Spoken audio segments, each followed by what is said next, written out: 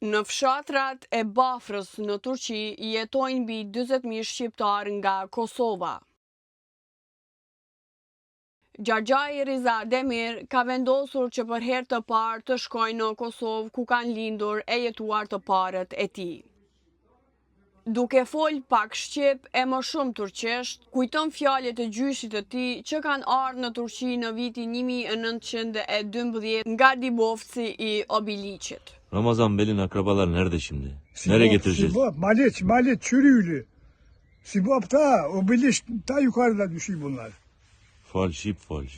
Anladın mı? Ha, şimdi Tayyarın Sibop.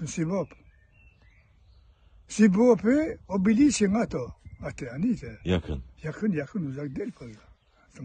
Bu bilir mi akrabalar nerede diye? Buraya gördü akrabalarını. Tanıyordu hepsini. Ya, tanıyor, geldiydi buraya. Malit çıkar mı Malit? Malit Hiç gitmemiş. 76 yaşına gelmiş. Yok. Malit çok iyi adam ya. Dörtlük. Evet. Malit'i şunmuyor. Bak ben sana söyleyeyim. Getireceğiz şeyi. Ramazan Bey'le getireceğiz. He götür sevap edesin vallahi yemin edeyim. Sevap deme. Oğlum ne demeksin ya? Hiç gitmedi dünyada hayatında. Aynen. Sana söyleyeyim. Bakalım inşallah getireceğiz. Yok gelir. Ne olsun o sevap olur da ne yapacaksın? Onun sülalesi hiçbiri gitmediler. Yok da adamlar da fakir hepsi. Nasıl gidecek? Fakir değil de mikrop adam. Öyle deme boş ver. He? Öyle deme musfal açtı. Vallahi o mikropyon bir futbol. deme. Ya bak dinle. O ne? He? Se.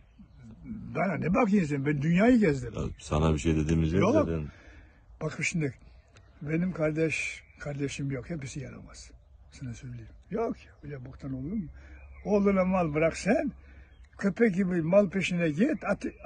At tane şahin ve Ya. bitti senin işin. Tabii canım. Ben doğru konuşayım. Yok. Senin yaş kaç oldu Bariza? 83. Maşallah. Mirë, i marsilën në gjemë, bala ishte ke im shkru. Jetojnë nga kulturat bujqësore, por shati nuk ju haq nga dora asnjëherë. Ja çfarë deklaron plaku 83 vjeçar nga Bafra e Turqisë, që ju rënqes të gjithëve. 83 vjeç, po shkon në tokën e tij stërgjyshore në Kosovë, pas shumë vitesh. Nusja e të afërmit të saj e përshëndet në këtë mënyrë dhe ajo i thot: Xhaxha, do të trajtoj siç trajtoj baban tim, për çdo rast mos shko. Ato lot që i rrjedhin nga syt ndërsa Xhaxhai Riza po flese për ato momente, në të vërtetë tregojnë për besnikrinë, dashurinë dhe mikpritjen e popujve të Ballkanit. Pasuria jonë më e madhe janë këto lidhje zemre që nuk shkëputen as mbas shumë viteve. Po të mbarelevi më shkue, anite. Shkua atë, po të jevim konë të mesa, atje poshtë. Bafradan denize böyle gittim buraya, oradan dönüşte Arnavutça mı böyle? Fal. Sen neyse, kayırla, hinen po të mbarele, në trull babës. Gittim atë shkua, drita jo, gjeroni shkri, ne unë e ko që do bu. Musçoj.